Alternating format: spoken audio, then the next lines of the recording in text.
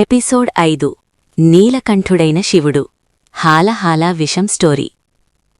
ఈ సృష్టి నిలబడాలంటే ఒకరైనా బాధను తనలో దాచుకోవాలి.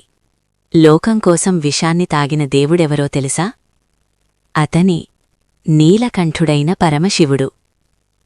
ఈరోజు మనం వినబోయే కథ దేవతలు, రాక్షసులు, సముద్రం, విషం అన్నింటినీ మించి త్యాగానికి ప్రతీకగా నిలిచిన శివుడి కథ. ఒకప్పుడు దేవతలు తమ శక్తిని కోల్పోయారు. అసురులు బలంగా మారారు. లోక సమతుల్యత కూలిపోతోంది. అప్పుడు దేవతలు బ్రహ్మదేవుని వద్దకు వెళ్లారు. బ్రహ్మదేవుడు చెప్పాడు, అమృతం కావాలంటే సముద్రమథనం చెయ్యాలి. కాని అది ఒంటరిగా సాధ్యం కాదు. శత్రువులైన దేవతలు, అసురులు ఒకే లక్ష్యం కోసం చేతులు కలిపారు. వాసుకి నాగరాజు తాడుగా, మందర పర్వతం దండగా సముద్రమథనం ప్రారంభమైంది. అంతా బాగానే జరుగుతుందని అనుకున్నారు.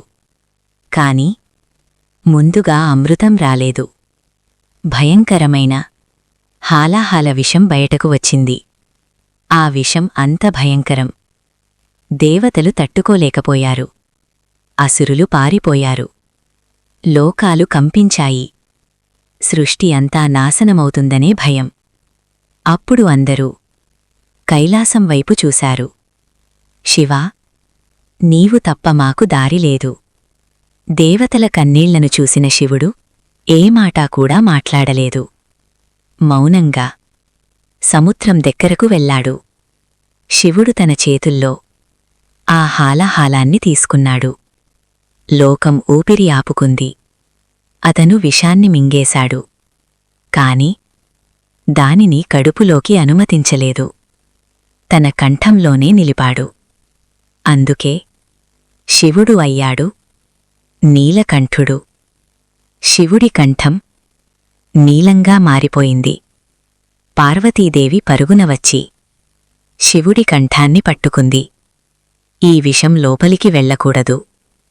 ఆ తల్లి కరుణ వల్ల లోకం నిలిచిపోయింది.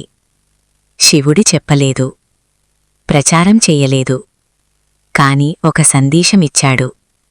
నీవల్ల లోకం బాగుపడితే నీ బాధ నీలోనే ఉండాలి. నిజమైన గొప్పతనం త్యాగంలోనే ఉంటుంది. శక్తి అంటే నాశనం కాదు, రక్షణ. అందుకే శివరాత్రి రోజు శివునికి నీలాభిషేకం చేస్తాం. విషాన్ని తాగి మనకు జీవితమిచ్చిన దేవుడు కాబట్టి ఈ శివరాత్రి ఒక్క మాట గుర్తుపెట్టుకోండి, త్యాగమే శివత్వం, భగవత్ సందేశం. ఈ కథ మీ హృదయాన్ని తాకితే లైక్ చేయండి, షేర్ చేయండి. నెక్స్ట్ ఎపిసోడ్ శివలింగం ఎందుకు అలా ఉంటుంది? అత్యంత గూఢమైన రహస్యం. సబ్స్క్రైబ్ చేయండి. శివరాత్రి వరకు ప్రతిరోజు ఒక అద్భుతమైన శివకథ, భగవత్ సందేశం.